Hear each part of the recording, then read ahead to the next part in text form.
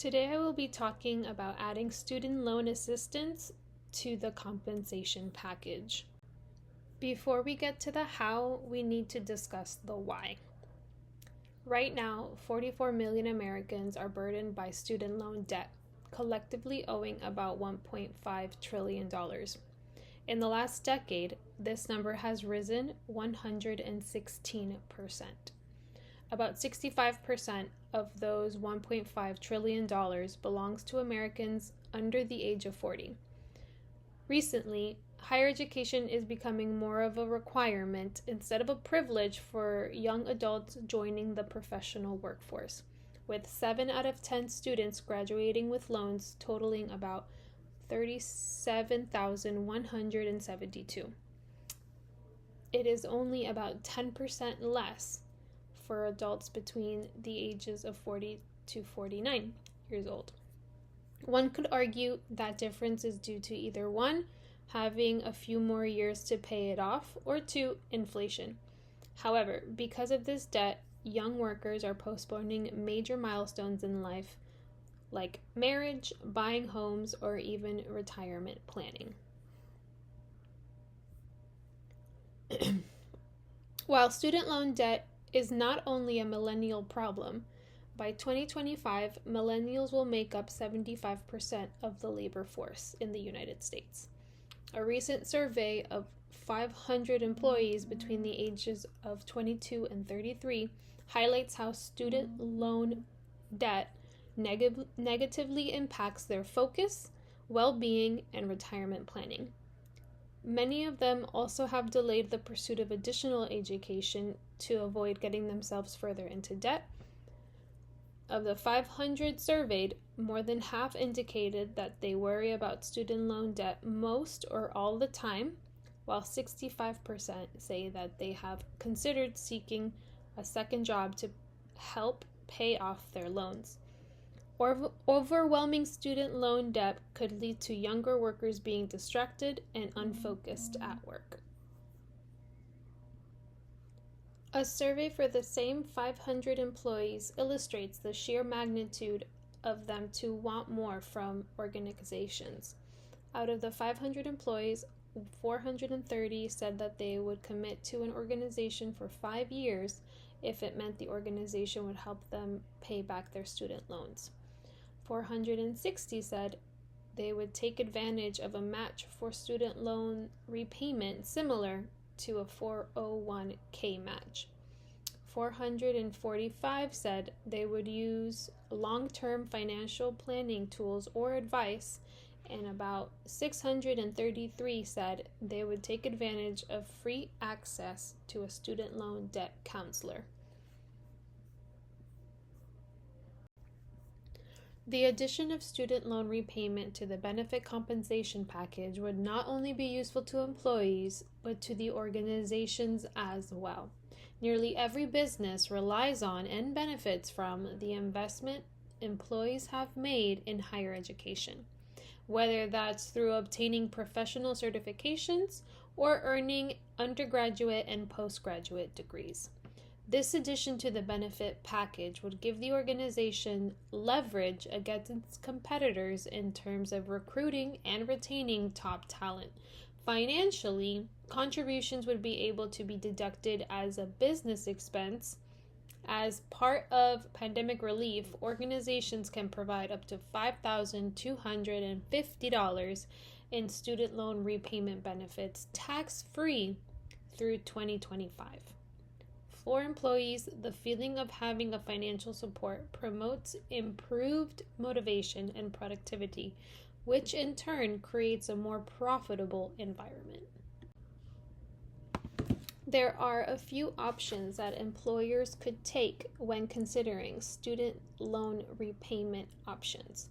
The first one is the Employee-Assisted Student Loan Repayment Plan. This involves the employer making a regular contribution directly to the loan servicer. The contribution amount is at the employer's discretion, but could be commonly between $50 to $100 per month. Second, the organization could match contributions. With this choice, an employer makes a matching contribution equal to a percentage of the employee's own contribution. Lastly, the organization could choose between a retirement plan or a student loan contribution. This would give the employee the ability to choose between receiving a 401k plan contribution match or a student loan contribution match. After deciding on a student loan repayment option, organization needs to ask 3 important questions. First off, who will be eligible? When considering cost, it will be essential to narrow down who can enroll. Organizations need to decide if they will cover any student loan that is under the employee's name, like a parent taking one out for their children, or if the loans have to be the employer's directly. They will also need to consider if they want to limit participation to employees in certain jobs, such as only allowing employees below director or executive level. Second, organizations need to ask how often will employees receive these benefits. In order to retain employees during high demand seasonal periods, organizations might consider offering lump sum payments after the busy season ends. Alternatively, some organizations might want to distribute repayment benefits evenly throughout the year. The next question that organizations need to ask is how much assistance will employees receive? The total value of student loan repayment benefits an employer can provide will primarily be influenced by the company's budget and employee participation in the program. Organizations looking to maximize the tax-free benefit can cap contributions at $5,250 annually or $437.00 per month. Even lower contributions of $50 and $100 can have a meaningful impact on reducing employees' loan burdens.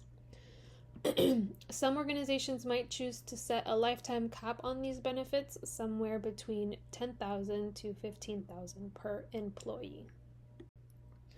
To follow up on employee retention, one of the ways that organizations could enhance employee retention could be to implement a tiered contribution structure where the company's contributions increase progressively with each additional year of service.